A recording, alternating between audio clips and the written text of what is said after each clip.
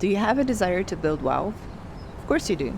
What if I told you that the old saying, you can't beat the market, is complete BS? I don't just show you where, but how to be a contrarian investor and hit your investing goals out of the park. So these are the 7 money habits keeping you poor, according to me, super scientifically, as an investor. And everything I do professionally is involved in this investing world, mostly high risk slash high reward campus. I would like to propose that there are 7 things that you are doing or not doing that are keeping you poor. Now, obviously, I'm not talking about you specifically because you're smart. You're watching this. You're probably maintaining a decent lifestyle and saving and investing, most importantly, for your future. This may not apply to you, but I am sure that in 7 different habits, 1 or 2 of them do apply to you, and there's always room for improvement. No, it has absolutely nothing to do with ordering or not ordering a Starbucks chakalaka mocha loca something, which sounds like a really good idea right now. Okay, let's begin. Point number 1, habit number 1 that is keeping you poor is that it's actually when you come from a different country like myself and you go to the US and Canada and you see how people behave and talk regarding this, it's actually quite shocking, which is the fact that you make less than what you think, okay, salary wise. First of all, we always have this milestone of making 6 figures, making 100K per year. So you think, okay, so making 100K per year is taking home, just over $8,000 a year. That's not true. That's gross. It's not net. And so the fact that you think you make 6 figures a year and you make more than 8 grand a year per month, if you're paying taxes and you only take home like 5 or 6, guess what? You're not making 6 figures. I know it pains me to say this. I'm sorry, but the rest of the world is a little bit more accurate in saying that your net earning is your earning, period, end of story. So don't be fooled by high paying jobs where you net a lot less than the headline number. And yes, earning more money will fast track your way to wealth as long as you have all the other habits pat down and well executed. So point number 2 is you may live in a very high tax jurisdiction. Look, if you're making a lot of money and you live in California, you are paying for the privilege of living in California, and it is very, very high. Alternatively, if you're living in Canada, you are in the same manner paying very high costs for the privilege of living in Canada. And then all the Canadians are going to come out of the woodwork. I'm a Canadian myself through naturalization and say, but we get free healthcare. Remember I said you don't really earn 6 figures? Yeah, it's because you're paying for the healthcare through your taxes. That's why you're taxed so high.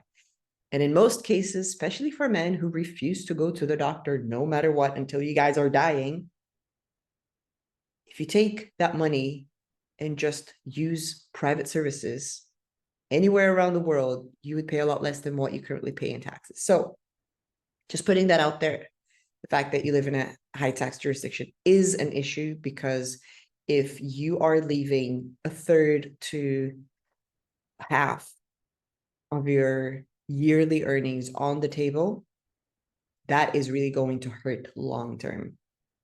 There are no 2 ways about it. Start thinking about the possibility that maybe at some point for a period of time, you might do better by looking into different jurisdictions. Just saying. It's what I've done. I'm here in Portugal. I mostly came to Portugal, amongst other things, because there was a 10-year period where I can pay no income tax. I do pay capital gains tax, and it's higher than what I used to pay in Canada, but it's offset by the fact that I do not pay income tax on dividend income, which is how I make my money anyway. So that is going to play a massive part when I look down 30 years from now and I look at the curve of, my growing wealth and how that sped it up. It makes a difference long term, and anything that makes a difference long term that you can do today, do it. You will thank yourself, and so will your children and grandchildren. Okay, so point number 3 and habit number 3 is you think monthly payments are normal. It is always mind-boggling to me how in a lot of cultures having just very high expenses for groceries, for low quality, fruit and veg and things of that nature is the norm. And also things like maybe paying for health insurance that is way too high, or maybe paying for children's education that is not proportionate to what they're getting out of it. Also, car payments. What's up with car payments? Why is it that culturally people accept that every single month you're going to have to put some money towards a car that is depreciating in value as you use it? I mean, don't get me wrong. Right now, I have a new car. We've just purchased it. And it is, we have payments on it. But there's a caveat. We live in a place where the value of cars maintain extremely painfully well. And so going secondhand was not worth it because we'd be paying the same amount by going secondhand with some discounts there for a couple of years of usage. It just wasn't worth it. And so in very special cases, with certain types of cars, for a small window of time, it might make sense to go new. But this is our first time in how many years that we do that, like forever. We've never done it before as a family. And this is the first time where it makes financial sense for us to do this. And obviously, we're not going to pay the interest that is the headline interest that they tell you. We're going to speed it up so that we pay it down faster. That's a trick that you might want to implement as well. But don't go too crazy with that yet, because let me tell you about habit number 4. Okay, so habit number 4 is you don't geo-arbitrage. Geo-arbitrage is to go to a place where your expenses are lower while making money from a jurisdiction where your payments or your earnings are higher. For example, I am here in Portugal, where people earn the least amount of money. This is painful. The least amount of money in all of Europe.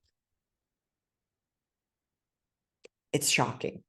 It's a beautiful place. There are many things going for it. If you want to work here, you are not going to earn very much. You might as well go to Spain. You might as well go to, just pick a different place, Romania, Cyprus, Greece.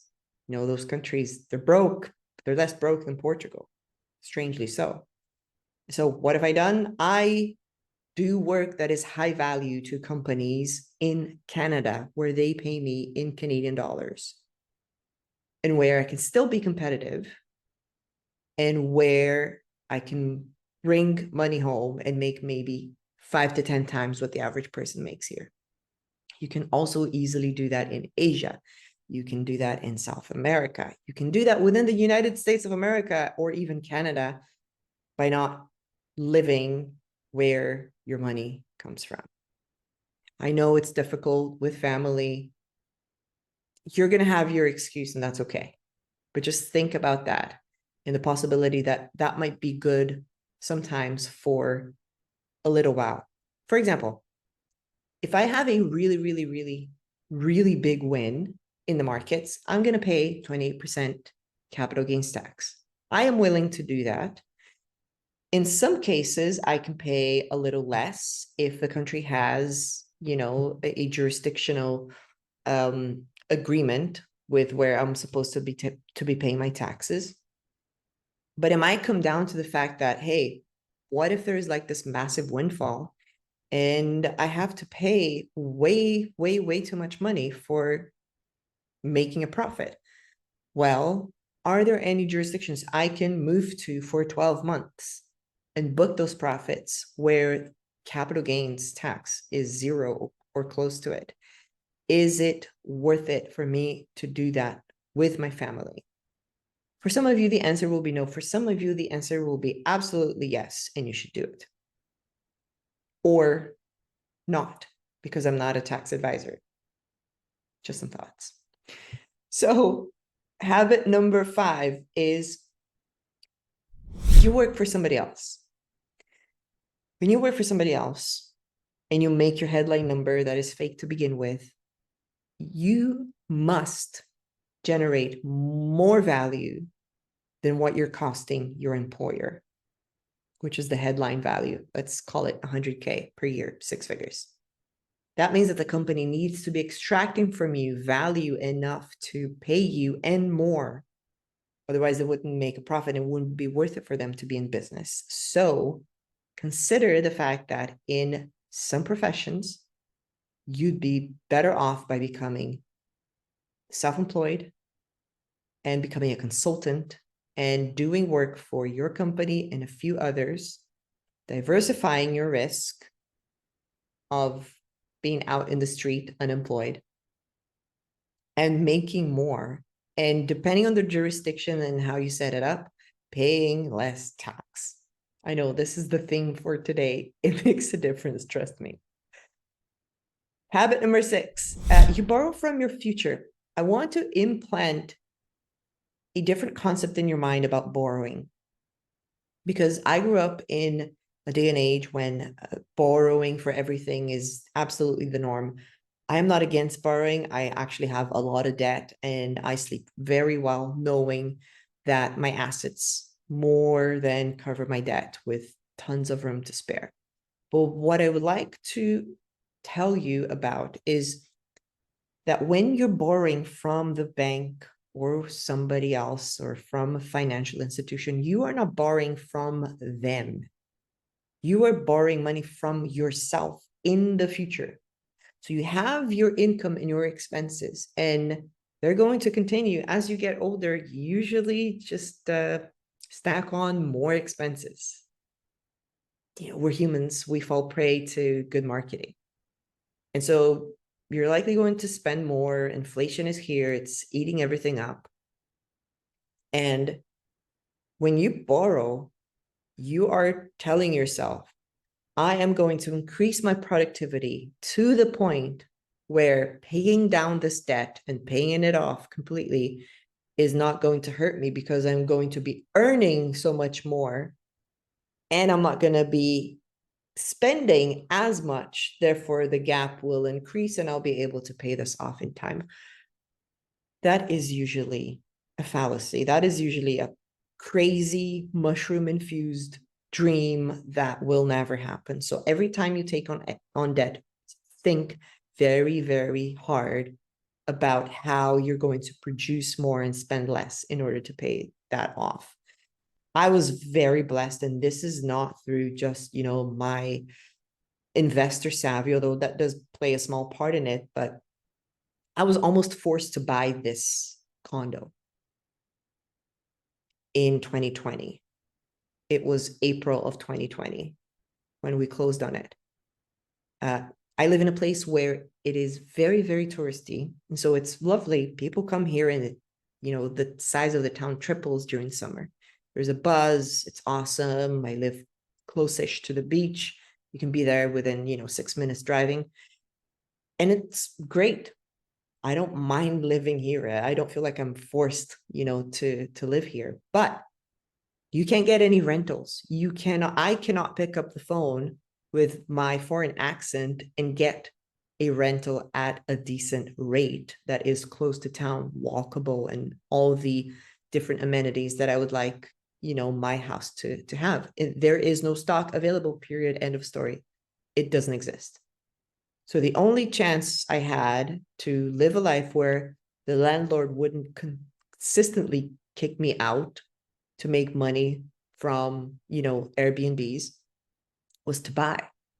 Now, I was able to do the math where the financing on a monthly basis would be so low, it's so much lower than rent, that it made sense. It makes sense for me to live in this place for 5 years with the down payment and with the financing, and to leave making zero profit on the sale of this house and having spent as much as I would have spent by renting it. There is no loss of value there.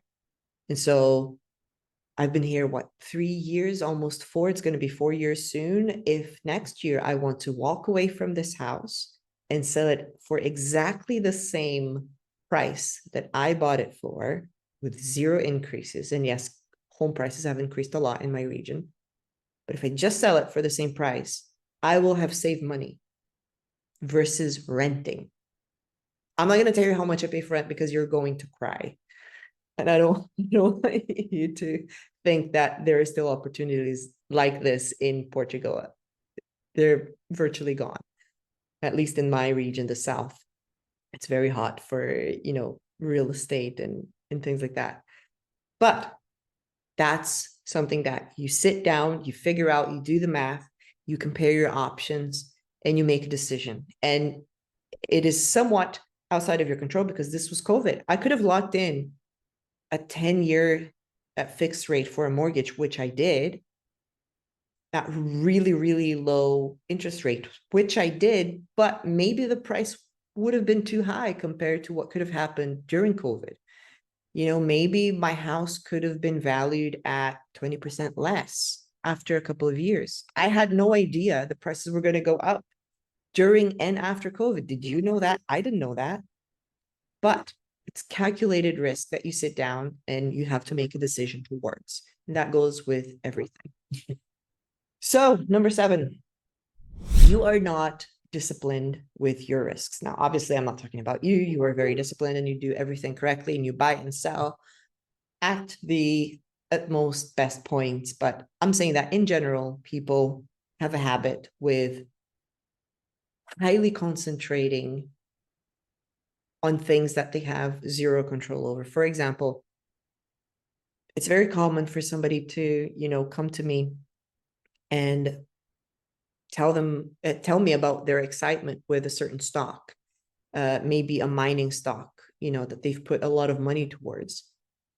I just want to tell you, from being behind the scenes of companies, is that if you don't control the company, if you're not on the board, if you're not, a 10% plus shareholder, if you're not the CEO, understand that putting too much of your portfolio in mining stocks to begin with is very risky, but more so if you're taking on the risk of exploration, which you need luck for. No matter how good the team is, they do fail if they're not lucky enough.